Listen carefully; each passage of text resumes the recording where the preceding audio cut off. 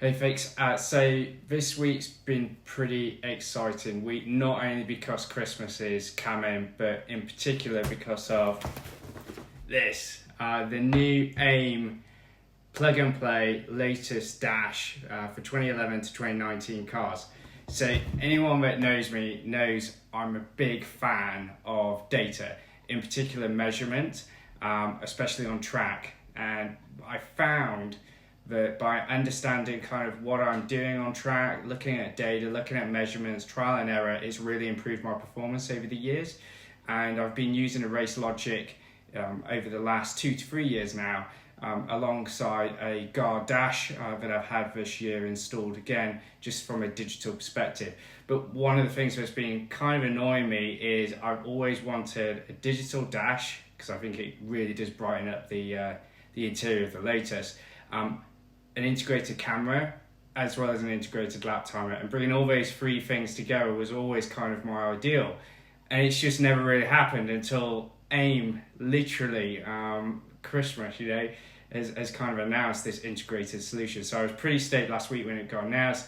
We put in an ordered a setup for myself as well as a few other friends, and we all basically got together and started making this big order. So what I thought I'd do is take a few minutes out just to kind of give you an idea of what you get in the kit, what you get in the box, as it were, and then hopefully tomorrow or the next few days I'll get some time to kind of install it and give a bit of a quick review of it installed on my car. So first off, let's just kind of move the SmartyCam to the side for the moment, and yeah, this is the box, this is what the dash comes in. What you'll see here is my mileage. So there's been a lot of folks that have been questioning, okay, if we order, how do I get the mileage on? Is it something that's customized? Is it something I can do? Well, actually what you do is you give us the mileage at the time of order, and then AiM basically configure the dash before it's sent out with the correct mileage. So makes it super easy, and pretty much again kind of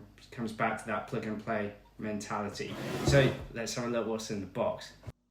So just to go through, it's the MX2E, as you say, it's plug and play, which is great because you don't need to do any customization or real configuration really.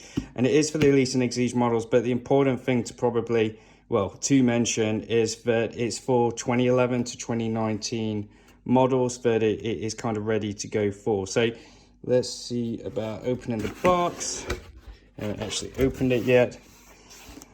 Okay, cool. So looks like Race Studio 3 software for download. I don't really think anyone really uses discs anymore. The good thing to note is it can be easily downloaded direct from AiM's site, and you can also get updates as well. So we'll put that to the side, don't really need it. Hey, there you go.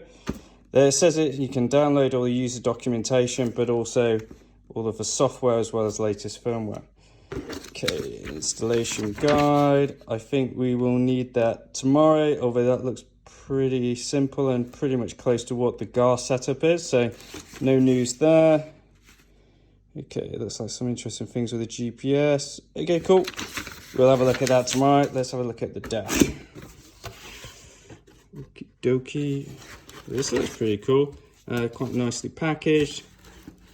Right, this must be the binnacle. It's got like a textured finish to it.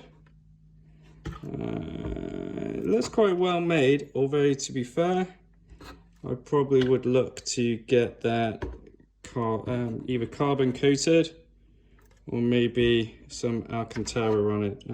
Maybe that can be something over the winter. That's quite cool. You can see the GPS unit at the top there, so that's quite nicely mounted. So you don't really need to worry about any mounting points for that. There's room for that in the binnacle. And looking at this, we've got all of the buttons, I'm guessing, for all of the settings. So I think one's like obviously switching between track and race mode. Another one's for kind of up and down, memory, and maybe exit from memory. So that looks quite cool. Great. To be fair, that's really well designed. It's pretty sturdy. Quite impressed with that. Other than the finish, I think that's spot on. Okay, so let's put that to the side. Let's look at the dash. Whoa. Okay, so that is, I would say, a lot better quality construction to the GAR. I'm a pretty relatively big fan of the GAR, by the way. I'm not downplaying it, but that is a lot better. The quality is a lot better. The design looks a lot better already. It just looks like a more sturdy unit. What you can see in the background is in the back there, sorry, is the main socket. So that, I guess, will be what you would plug and play with the OEM setup. You've got the camera for the mirror, so as you may know or may not know, you can basically have a reverse camera, which is quite cool. Your left and right buttons, I guess, and maybe for the external for the CAN bus. I'll properly read the instructions tomorrow and figure out exactly what all that is. What is quite interesting is you can already see a lot of the OEM logos, such as the EML lights, fuel, immobilizer, brake, and this top level of LEDs for the actual rev counter as well. So that's kind of cool. Anything else in the box? Not really, just a few kind of bolts. Well, that was easy enough. Hopefully it's as easy as that tomorrow when I look to go and install it. It should be. I'm pretty comfortable that it is literally plug and play from what I've read and what I've seen. And looking at this, around the GPS, and then also some of the switches, I think that looks pretty easy. So I look forward to looking to install that tomorrow, and hopefully do a little bit of video on that as well. I'll keep those instructions. And I've already downloaded the Race Studio 3, so I don't need those. Okay, so I'll put that away.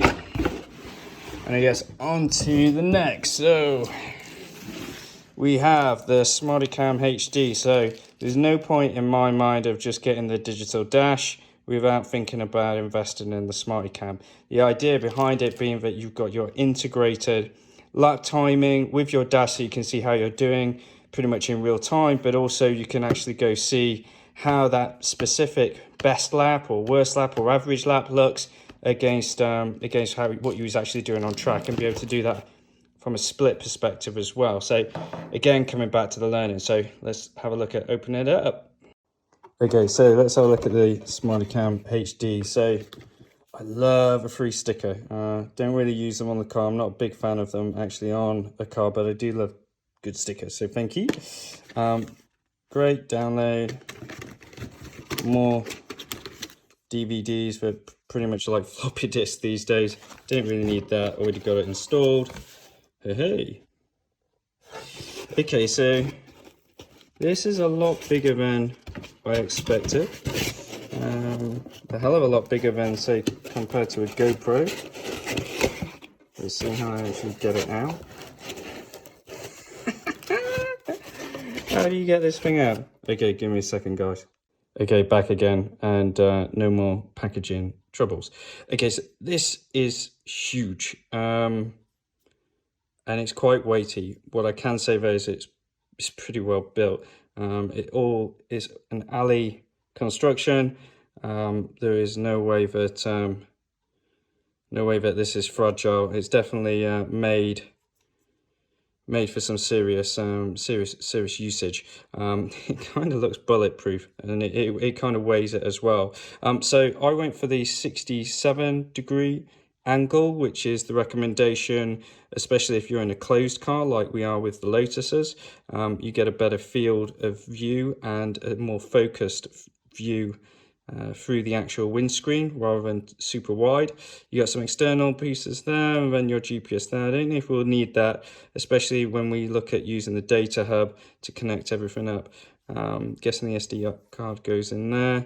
One of the cool things about this though that really got me excited was not only the integration with the dash and also the lap timer, and how I can use that from an offline data perspective and an offline review and comparison of where I'm doing well, where I'm not doing well, areas for improvement. But one of the really interesting things was it does the automatic start and stop of the actual recording, which for me is a real big convenience. I always started to get frustrated by forgetting to kind of turn my GoPro on previously, and trying to sync GoPro footage with a specific lap, it just never works. So I'm really looking forward to this, and that automatic start and stop will make my life easier whilst on track and make sure that I don't miss any of my laps, and equally kind of make the most efficient usage of my memory and storage on the day.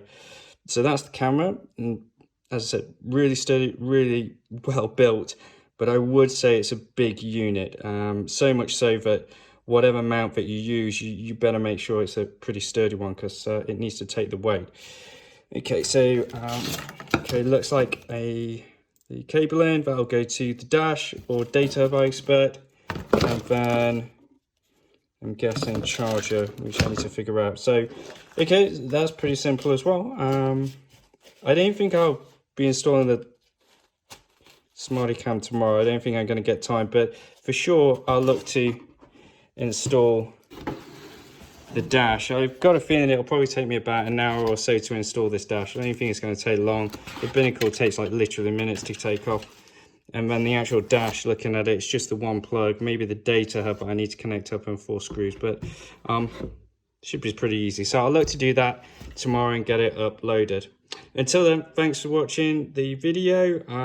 Look forward to kind of doing some more tomorrow, and yeah, hopefully it's giving you guys a view as to what you get in the box when you buy this kit. I think at the moment I'm still pretty impressed. I'm still pretty happy. Proof is going to be in the pudding tomorrow when I start getting some use out of it. My only kind of comment, I guess, is even though this dash is very well built and I'm impressed with how it's being built, the actual surface finish probably could be better. It's not particularly OEM, and it probably will need a little bit of work from me in terms of either getting recovered in Alcantara or maybe carbon wrap. But that's me, you know, got a bit of OCD problems. Anyway, thank you very much for watching. See you later, and hopefully upload some more stuff tomorrow. Thank you. Bye.